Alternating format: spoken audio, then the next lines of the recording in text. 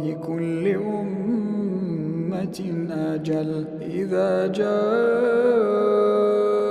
أجلهم فلا يستأخرون ساعة ولا يستقدمون.